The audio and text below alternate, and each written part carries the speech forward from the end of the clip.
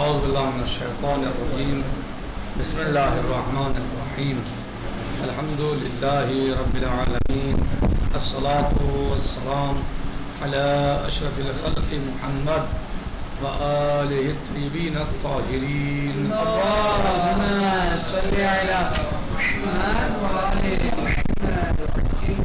ہماری بحث اور گفتگو سورہ حجرات المبارکہ میں اس سورہ مبارکہ کی تفسیر کے بارے میں چل رہی ہے اور اس سورہ مبارکہ کی ابتدائی آیات میں ہماری گفتگو ہے. بسم اللہ الرحمن الرحیم. یا ایھا الذین آمنوا لا ترفعوا اصواتکم فوق صوت النبی ولا تجهروا له بالقول جهر بعضكم لبعض ان تحبط اعمالكم وانتم لا تشعرون.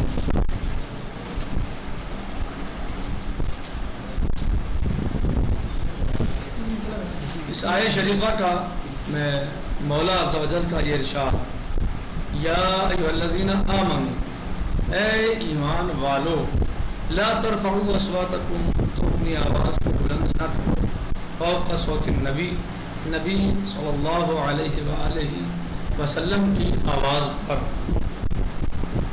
کہ جملے اول لا ترفعوا اصواتکم اشارہ بین کہ صدا بلند تر از صدائے پیغمبر صلی اللہ تعالی علیہ وسلم نہ کنی.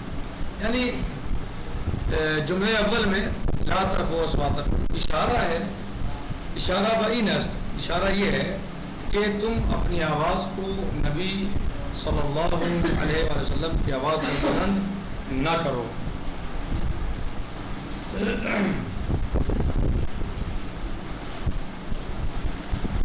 اے ایمان لانے والوں تم اپنی آواز کو پیغمبر کی آواز سے بلند نہ کرو اور اس کے سامنے اونچی آواز کے ساتھ بات نہ کرو اور داد و فریاد اور چیخ پکار نہ کرو جیسا کہ تم آپس میں ایک دوسرے سے کرتے ہو.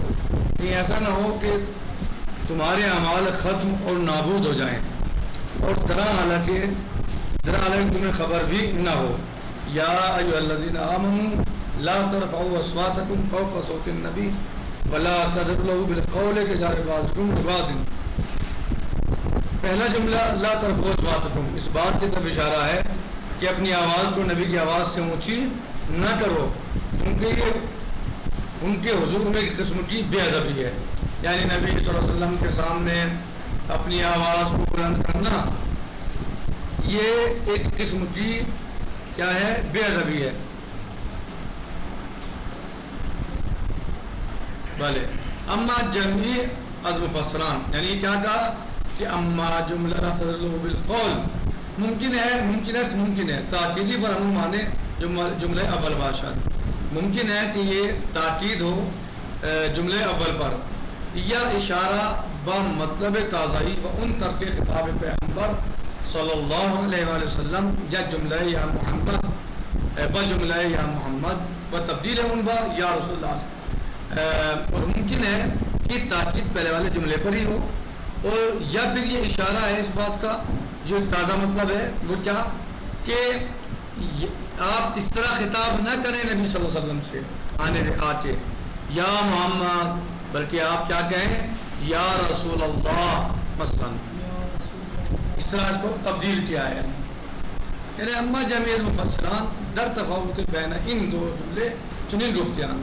لیکن مفسرین نے البتہ مفسرین کی ایک جماعت نے اما جمعی المفسران مفسرین کی ایک جماعت نے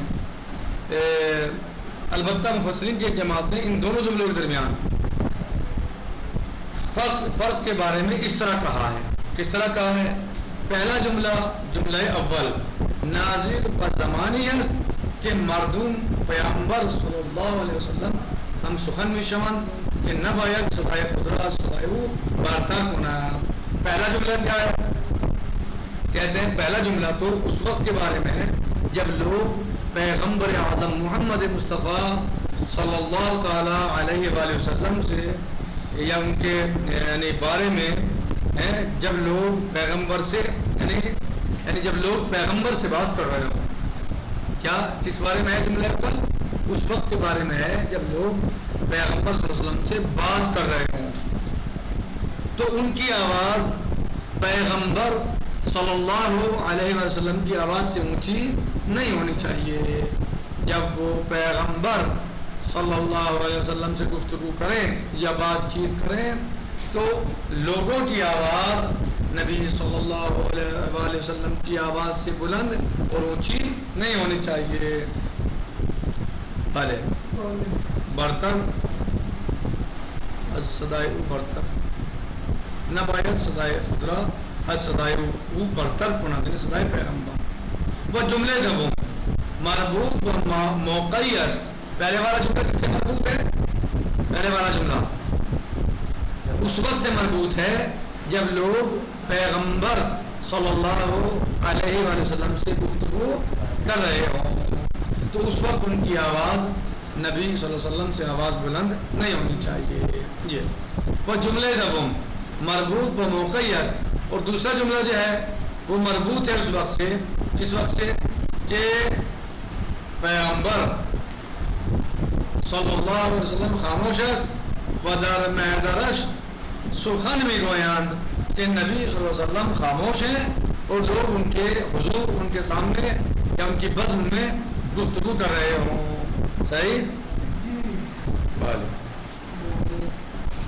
اور دوسرے جملے کا تعلق اس موقع سے ہے جب پیغمبر صلی اللہ علیہ وسلم خاموش ہوں اور لوگ آپ کی بارگاہ میں یعنی آپ کے سامنے آپ کی بزم میں باتیں کر رہے ہوں گفتگو کر رہے ہوں. یعنی نبی صلی اللہ علیہ وسلم خاموش ہیں.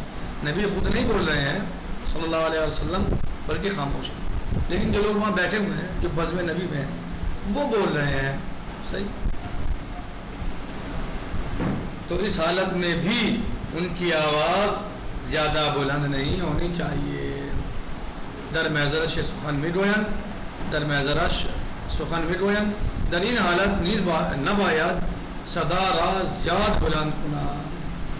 تو اس حالت میں بھی نہیں چاہیے انہیں کہ ان کی آواز پیغمبر صلی اللہ علیہ وسلم کی آواز بلند ہو. کیا کہا ہے مفسرین نے؟ پہلے جملے کے بارے میں کیا کہا اور دوسرے جملے کے بارے میں کیا کہا؟ آگے چراغ. پہلے جملے کے بارے میں کیا کہا؟ شاباش.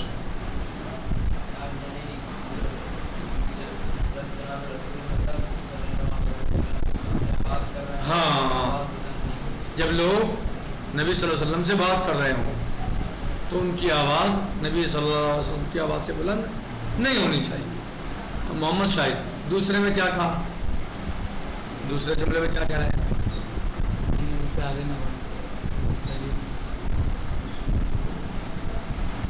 جب پیغمبر صلی اللہ علیہ وسلم خاموش ہیں اور لوگ بزم پیغمبر بزم نبی صلی اللہ علیہ وسلم میں ہیں نبی خاموش ہیں اور لوگ بول رہے ہیں تو اس وقت بھی لوگوں کو بلند آواز سے نہیں بولنا چاہیے.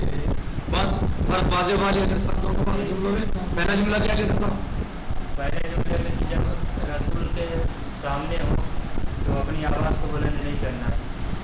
جی سامنے ہوں اور گفتگو کر رہے ہوں نبی صلی اللہ علیہ وسلم سے. دوسرے جملے میں رسول خاموش اور لوگ بزم نبی میں ہوں اور خود نبی صلی اللہ علیہ وآلہ وسلم خاموش ہوں اور لوگ بول رہے ہوں تو انہیں بھی نہیں چاہیے کہ وہ بلند آواز سے بولیں. واضح ہو. صرف سامنے نہ کہیں بزم نبی میں ہیں اور گفتگو کر رہے ہیں نبی سے.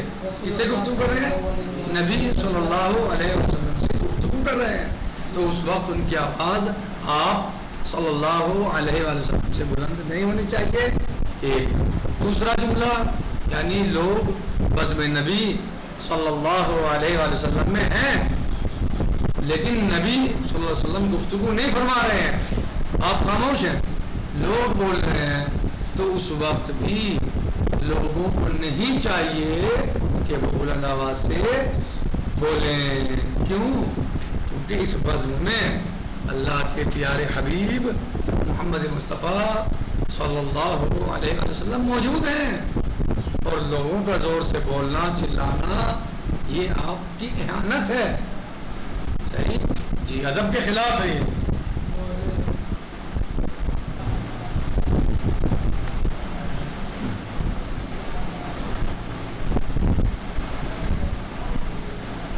کہہ رہے ہیں کہ اس معنی اور سابقہ معنی کو جمع کرنے میں بھی کوئی امر معنی نہیں ہے. یعنی یہ جو معنی ہے ان کو جمع کرنے میں اور سابقہ کو جمع کرنے میں کوئی معنی نہیں ہے اور آیت کے شان نزول کے ساتھ بھی سازگار ہے. بہرحال آیت کا ظاہر زیادہ تر یہی ہے کہ وہ دو مختلف مطالب کو بیان کر رہی ہے. یہ بات ظاہر اور واضح ہے کہ اگر اس قسم کے اعمال مقام شان نبوت کی توہین کے ارادے سے ہوں تو موجب کفر ہیں اور اس کے بغیر ہوں تو ایذاء و گناہ ہیں. یعنی اگر بدیعت اگر ان گنے اعمال بقصد توہین مقام شامخ نبوت باشد موجب کفر است و بدون ان ایذاء و گناہ. یہ بات واضح و روشن ہے کہ اگر یہ اعمال یعنی ماں چلانا چیخنا زور سے بولنا نبی صلی اللہ علیہ وسلم کی بزم میں یا آپ کے ساتھ اگر یہ توہین کے ارادے سے ہے نبی صلی اللہ علیہ وسلم کی تو کفر ہے. صحیح کفر ہے. یہ کفر کا سبب بنے گا. کوئی نبی کی توہین کفر ہے. اور اگر یہ بغیر یعنی یہ توہین کے قصد نہیں ہے اس میں بغیر توہین کے ہے تو گناہ ہے اور نبی کو ایذا پہنچانا ہے. نبی کو اور اللہ عز و جل نے کیا فرمایا نبی صلی اللہ علیہ وسلم کے ایذا پہنچانے کے بارے میں کہ جو ایذا پہنچاتے ہیں ظاہر ہے ان الذین یؤذون اللہ ورسولہ جو اللہ اور اس کے رسول کو ایذا پہنچاتے ہیں ظاہر ہے اللہ اور رسول کو ایذا پہنچانے والے عیش و آرام آخرت کے عیش و آرام کو تو یعنی حاصل نہیں کر پائیں گے. ظاہر نتیجہ ان کا عذاب الہی سزا جہنم یہی ہے.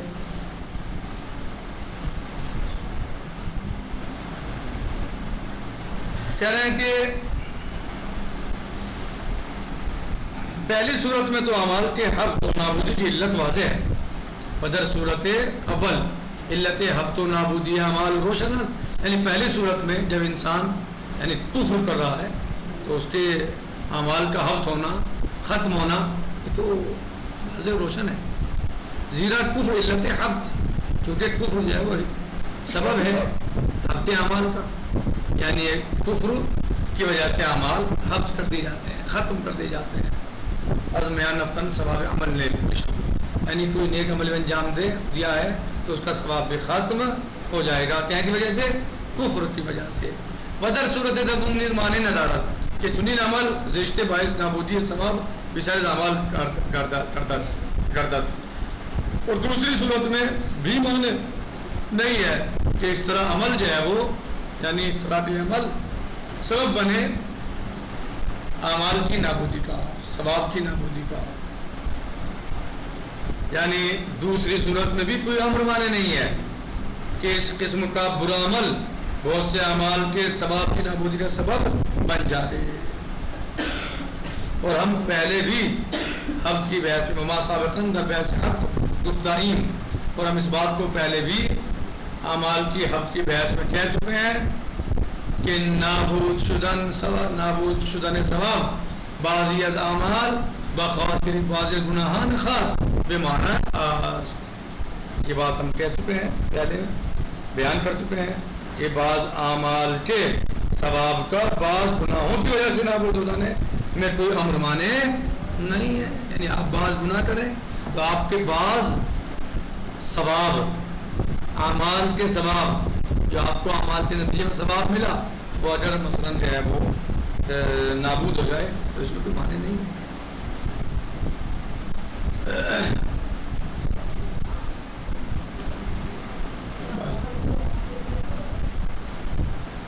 پھر بحث آپ گفتائیں کہ نابود شدن ثواب بعض اعمال بخاطر بعض گناہان خاص بے معنی است. کوئی معنی نہیں ہے. یعنی ہم گنے کہ نابود شدن اثر بعضی از گناہان باوسر اعمال صالح رزق قطعی است اور یہ بات جو ہے وہ جیسا کہ اعمال صالح کی وجہ سے بعض گناہوں کے اثر کا نابود ہو جانا بھی قطعی اور یقینی ہے، قطعی اور یقینی ہے. یعنی بعض اعمال صالح کی وجہ سے بعض گناہوں کا کیا ہو جانا. ہاں، ان الحسنات یذہبن السیئات، بہت سارے حسنات برائیوں کو ختم کر دیتے ہیں. حسنات برائیوں کو ختم کر دیتے ہیں، یعنی حسنات کی وجہ سے برائیاں ختم ہو جاتی ہیں. تو یہ کہہ رہے ہیں کہ اور قرآنی آیات اور اسلامی روایات میں اس معنی پر بہت سارے یا بہت سے دلائل موجود ہیں کہ حسنات سیئات کو ختم کر دیتے ہیں. و دلائل فرمانی آیات قرآنی یا روایات اسلامی برائے ان معنی وجود دارات، ہر چند ان معنی بصورت یک قانون کلی در ہمیں حسنات و سیئات ثابت نہ شدے است، اما در مورد بازی حسنات و سیئات مهم دلائل نقلی